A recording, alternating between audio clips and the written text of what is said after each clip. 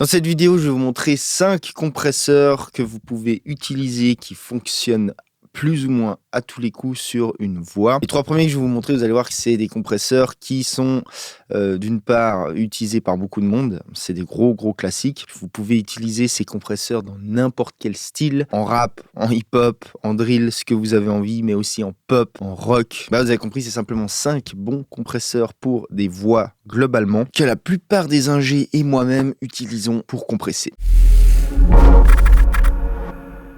Ok, premier compresseur, un LA2A. Moi, j'utilise celui de Universal. Vous pouvez utiliser n'importe quelle autre émulation. Personnellement, j'utilise celui du AD parce que je trouve qu'il sonne très bien. Donc, avec ce compresseur, c'est très facile de compresser. C'est un compresseur optique, c'est-à-dire que sans rentrer trop dans les détails, c'est pas le sujet de cette vidéo. On va pas parler des différents types de compression, mais en gros, c'est un compresseur qui est assez lent, c'est-à-dire qu'il y a un temps d'attaque relativement lent. Comme vous voyez, vous n'avez pas de réglage d'attaque, release et compagnie. Vous avez simplement un gain d'entrée et un peak reduction. Donc dans l'absolu, c'est simple à utiliser. Il colore aussi, il amène une certaine couleur quand même, une sorte de petite saturation subtile, mais c'est justement pour ça que je pense les gens, et moi-même surtout, l'aiment beaucoup. Donc c'est parti. Avant de compresser, je vous fais juste écouter la voix dry. Vous allez voir qu'elle pique quand même pas mal. Il y a quand même besoin de pas mal la compresser.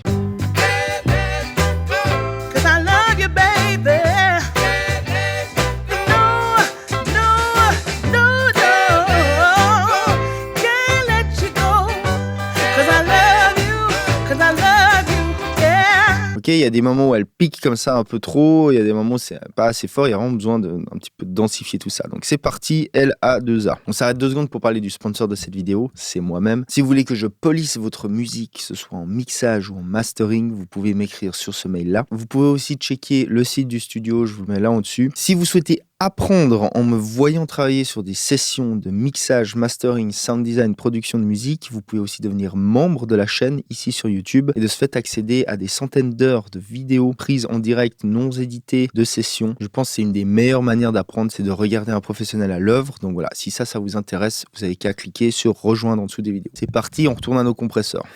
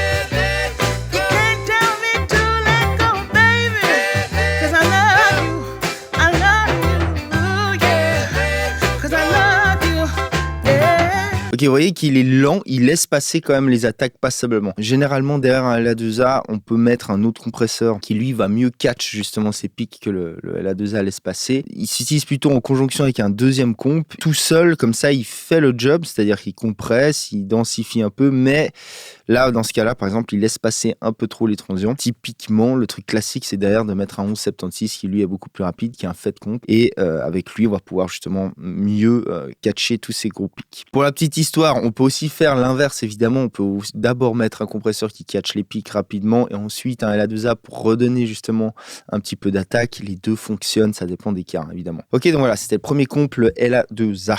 Deuxième comp, un 1176. Donc ici, j'utilise la révision A, c'est le gris, mais vous pouvez aussi utiliser les autres modèles comme la révision E. Là, c'est simplement que j'aime bien, moi, personnellement, la A qui est un petit peu plus agresse, qui a un peu plus de satu aussi. Donc c'est parti, 1176.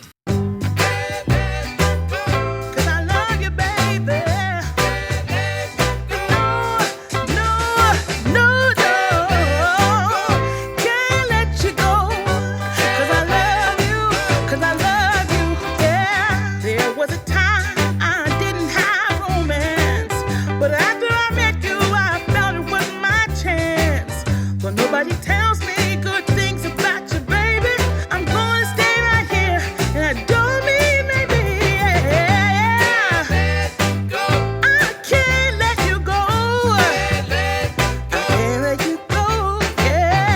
on fait avec et sans. Regardez bien l'aiguille ici, quand elle bouge plus, c'est qu'il est bypassé.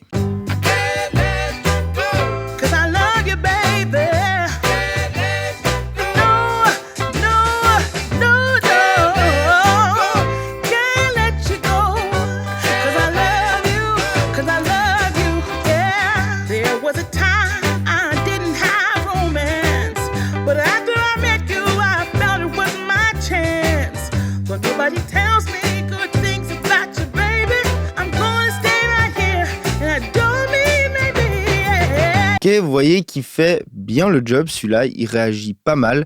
Petite particularité, c'est que attaque et release, les numéros sont inversés dans le sens où des numéros élevés indiquent une valeur petite, c'est-à-dire que plus vous allez vers la droite, plus vous allez vers le 7, plus vous avez un temps d'attaque court. Pareil pour le release donc. Donc ici, je comprends avec une attaque assez courte, justement pour quand même bien attraper ces grandes variations, là, ces gros pics. Et un release relativement court aussi pour qu'il revienne assez vite avant le prochain transient, en gros. Ok, donc 1176, un autre gros classique. Et évidemment, gardez bien en tête que pour cette voix, dans ce cas-là, par exemple, il y aurait besoin peut-être de 2 compes pour vraiment bien la compresser et bien gérer les choses. Et ensuite, derrière, peut-être de rider un petit peu, faire de l'automation de volume sur la voix. Mais je pense que ça vous donne donc un bon aperçu des différences de ces différents compresseurs, quoi.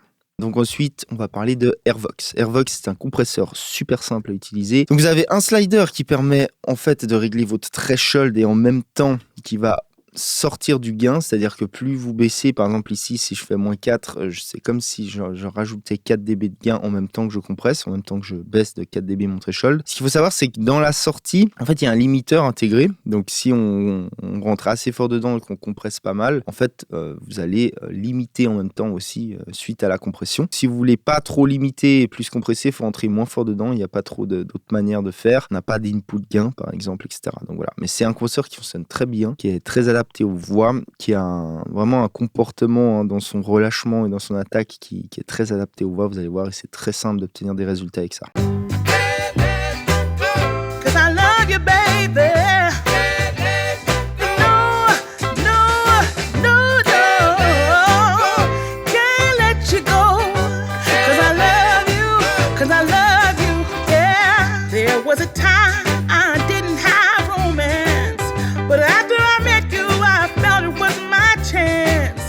Nobody tells me good things about you, baby. I'm gonna stay right here, and I don't mean maybe. Vous voyez que ça marche très bien. Donc c'est un petit compresseur, très simple à utiliser, très simple d'avoir des résultats. N'hésitez pas à l'utiliser. Ensuite, 4e compresseur, c'est le Kotelnikov de TDR. Donc celui-là, c'est un des compresseurs que j'utilise quand, on va dire, je veux une compression très clean, très lisse, très vraiment linéaire, entre guillemets, c'est-à-dire où je veux vraiment juste la compression sans avoir de couleur et où je veux beaucoup de contrôle, parce que c'est un compresseur qui permet vraiment pas mal de contrôle, notamment si on va dans la partie edit, si on va sur le frequency dependent ratio. Si ça vous intéresse, je vous la mets juste là. On va pas rentrer dans ces paramètres très précis et un peu plus complexes aujourd'hui, on va juste compresser de manière similaire aux autres compresseurs pour avoir le résultat, mais c'est un super compresseur, c'est parti.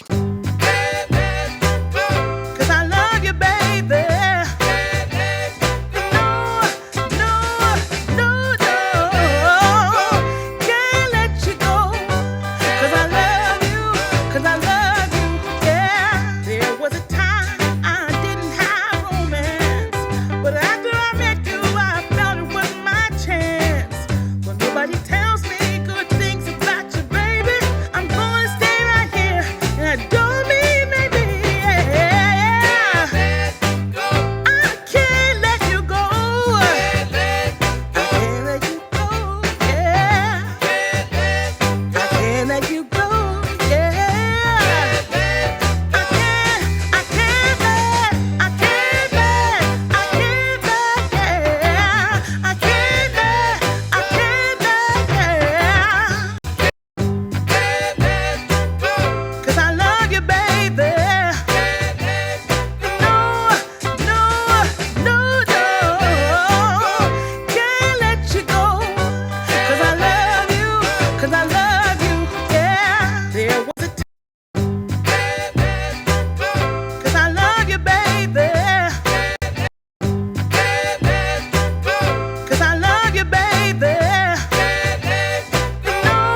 voyez que ça marche très bien, il est très lisse, il est très très clean, il fait juste ce qu'on lui demande, c'est-à-dire de la pure compression de la manière la plus propre possible, quoi. Ok, dernier compresseur que je vous montre aujourd'hui, c'est Unisom. Unisom, c'est vraiment un super compresseur, c'est, je pense, le compresseur le plus deep du marché en plugin, c'est aussi simple que ça. Ici, vous avez aussi du FDR, c'est-à-dire du Frequency Dependent Ratio, mais encore bien plus poussé que dans le Kotelnikov. Donc aujourd'hui, de nouveau, on va pas se servir de ces fonctions ici. On va compresser uniquement avec les réglages classiques et vous allez voir que pareil, lui est très clean. On peut aussi l'utiliser de manière à rajouter de la couleur en utilisant ce mode-là. Pour l'instant, on va rester en mode clean et vous allez voir que ça marche très très bien.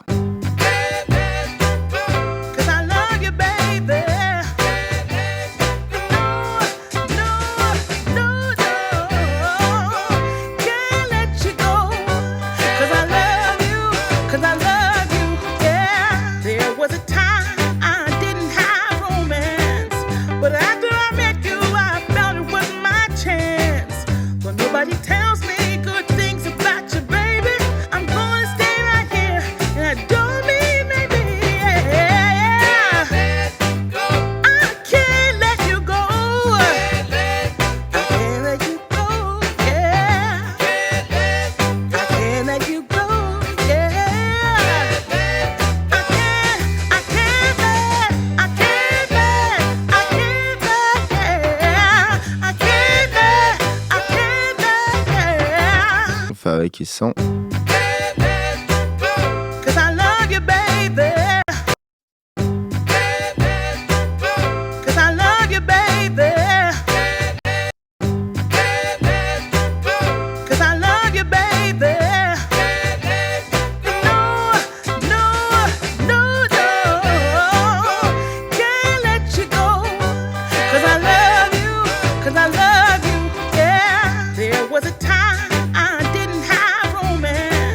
Et si on essaye le mode color.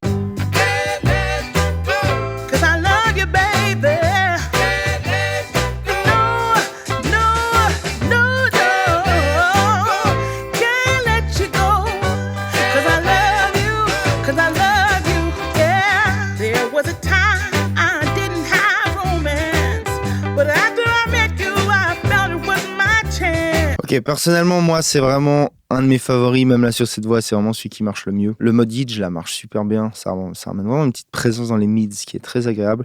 Donc voilà, c'est super comp. Unisom, c'est vraiment pour toutes les sources, soit sur un master, partout. C'est vraiment, je pense, un des meilleurs compresseurs en plugin. Donc voilà, c'est Unisom de Tone Project. Super compresseur.